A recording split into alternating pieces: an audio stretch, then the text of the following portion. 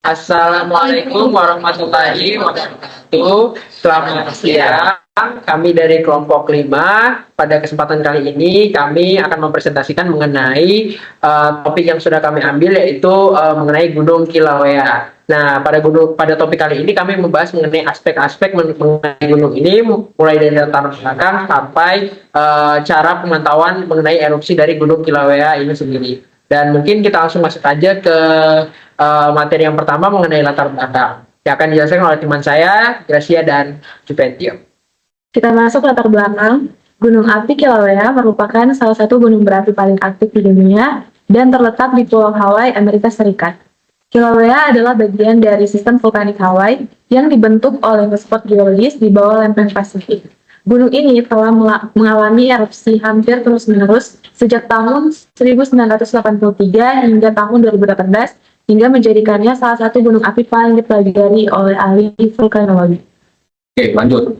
Erupsi besar Kilauea pada tahun 2018 menarik perhatian dunia karena menyebabkan kehancuran luas, termasuk lebih dari 700 rumah yang hancur serta aliran lava yang mengubah bentang alam wilayah punah secara permanen. Selain potensi bahayanya, Kilauea juga menyimpan sumber daya geotermal yang penting dan menjadi lokasi penelitian utama untuk memahami dinamika sistem magmatik gunung api perisai atau polygenetik di wilayah tektonik intraplane. Selanjutnya, lokasi dan latar belakang tektonik. Pada Gunung Kilauea terletak di bagian tenggara Pulau Besar atau Big Island, Hawaii, Amerika Serikat, dan merupakan salah satu gunung api paling aktif di dunia. Secara tektonik, berbeda dengan gunung api pada umumnya. Kilauea terbentuk di atas hotspot Hawaii, yaitu sumber magma dari mantel dalam yang tetap aktif meskipun lempeng Pasifik bergerak ke barat laut. Pada proses ini membentuk rangkaian gunung api seperti Hawaiian Emperor Simon Chain, di mana Kilauea termasuk yang termuda. Aktivitas vulkaniknya umumnya bersifat efusif, namun dapat menjadi eksplosif jika terjadi interaksi dengan air atau peningkatan tekanan magma. Selanjutnya ada karakteristik magma dan erupsi. Untuk proses pembentukan magma itu biasanya diawali dengan adanya peristiwa partial melting, lalu ada fraksinasi tekanan tinggi saat naik ke reservoir di kedalaman 20-30 kilo. Lalu ada fraksinasi minor di reservoir yang dangkal, sekitar 2-4 km. Lalu ada karakteristik magmanya. Biasanya dari magma yang terbentuk ini memiliki kandungan magma teolitik basalt dengan kandungan magnesium oksida atau MgO sebanyak 4% sampai 20%. Lalu ada magma yang berasal dari mantel bumi yang berasal dari kedalaman 20 sampai 30 km yang didorong ke permukaan oleh adanya unsur karbon dioksida. Lalu ada variasi kimia yang disebabkan oleh penambahan atau pengurangan mineral olivin atau terjadinya fraksinasi yang terjadi oleh mineral lain. Erupsi memiliki karakteristik erupsi awal dengan bentuk perisai atau shield volcano. Erupsi Hawaii itu biasanya terjadi secara erupsi efusif atau misalnya dia terjadi banjir lava. Erupsinya dicirikan dengan adanya semburan lava pijar sejauh ratusan meter dan berlangsung secara kontinu atau dalam waktu yang sangat lama. Erupsi ini terjadi di rift zone atau zona retakan dari kaldera puncak memanjang dari timur hingga ke barat dan memiliki ventilasi di bawah kawah Halemaumau yang menghasilkan sungai lava, semburan vulkanik secara eksplosif pada puncaknya, dan keluarnya emisi gas SO2 dan CO2. Klasifikasi jenis erupsi terbaru.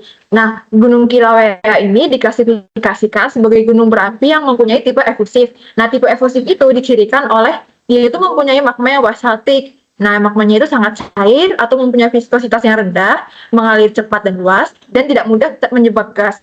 Nah, ini menyebabkan lava itu mudah keluar tanpa adanya tekanan yang tinggi. Next, erupsi eksplosif. Nah, pada kasus tertentu ini, Kilauea itu juga dapat mengalami erupsi eksplosif, terutama jika yang pertama itu magma bersentuhan dengan air tanah, atau bisa disebut dengan magmatik. Yang kedua, tekanan gasnya tinggi yang terperangkap dalam saluran magma. Kemudian yang ketiga, adanya interaksi magma baru dengan magma lama yang lebih kental. Contoh dari erupsi eksplosif ini yaitu adalah letusan Halemaumau tahun 2008 dan juga erupsi Fissure 17 tahun 2018 yang menghasilkan lava andesitik atau lava yang lebih kental dari biasanya. Lalu selanjutnya ada potensi bahaya dan sumber daya yang sudah ada. Nah, yang pertama ada perubahan landscape, dampak ekologis, gangguan sosial dan ekonomi, perubahan komposisi magma, dan perubahan ekosistem. Perubahan landscape, lava dari erupsi ini menutupi area seluas 75 km persegi dan menambah hampir 1,2 km persegi daratan baru ke Pulau Hawaii, mengubah garis pantai dan ekosistem lokal. Dampak geologis, ekologis, erupsi menghancurkan habitat asli, termasuk hutan dan danau, serta menyebabkan hujan asam yang merusak vegetasi, gangguan sosial dan ekonomi, pengungsian massal, kerugian ekonomi, dan gangguan terhadap pariwisata terjadi akibat aktivitas vulkanik yang berkepanjangan. Perubahan komposisi magma dari aspek geokimia. Data menunjukkan variasi temporal dalam komposisi magma praerupsi selama erupsi zona retakan yang berkepanjangan. Hal ini mencerminkan dinamika sistem magmatik yang kompleks di bawah Kilauea. Yang terakhir adalah perubahan ekosistem. Hujan asam dan deposisi material vulkanik dapat mengubah pH tanah dan air, mempengaruhi flora dan fauna lokal, serta produktivitas pertanian. Next. Berdasarkan aspek geofisika, penelitian ini mengungkapkan keberadaan tubuh magma besar yang terletak di bawah puncak dan zona retakan Gunung Kilauea. Dengan menggunakan data geofisika dan pengamatan deformasi tanah, para peneliti menemukan bahwa tubuh magma ini terletak pada kedalaman sekitar 2-3 km di bawah permukaan. Temuan ini menjelaskan bagaimana magma mengalir dari reservoir utama di bawah puncak menuju zona retakan timur dan barat, yang menjadi jalur utama erupsi. Model ini penting untuk memahami sistem suplai magma Kilauea dan membantu memprediksi aktivitas vulkanik di masa depan. Berdasarkan aspek geokimia, laporan ini menyajikan data geokimia unsur mayor dari 652 sampel kaca dan 759 sampel batuan utuh dari 1002 sampel lava olivine sampai theolitis segar yang dikumpulkan selama erupsi hampir kontinu Gunung Kilauea dari Januari 1983 hingga September 2003. Data ini memberikan kompilasi temporal unik dari geokimia lava yang mencerminkan variasi komposisi magma praerupsi selama erupsi zona retakan yang berkepanjangan. Laporan ini juga menjadi repositori data geokimia yang dirujuk dalam USGS Professional Paper 1676 yang mencakup penelitian multidisipliner terkait 20 tahun pertama aktivitas erupsi Pu'u Kupainaha. Next. Di Gunung Kilauea memiliki 6 metode pemantauan saat ini yang sedang berlangsung atau sedang sering dilaksanakan oleh pemerintah Hawaii. Ada 6 metode yang sering dilaksanakan. Yang pertama ada pengamatan langsung dan pengukuran lapangan. Yang kedua ada pemantauan seismik. Yang ketiga ada pengukuran deformasi permukaan. Yang keempat ada pemantauan gas vulkanik. Yang kelima ada pemantauan menggunakan remote sensing dan satelit. Dan yang keenam ada data visual dari webcam dan siaran langsung. Next. Nah, jadi kita menjelaskan yang pertama ada tiga metode pemantauan terlebih dahulu. Ada pemantauan langsung dan pengukuran lapangan.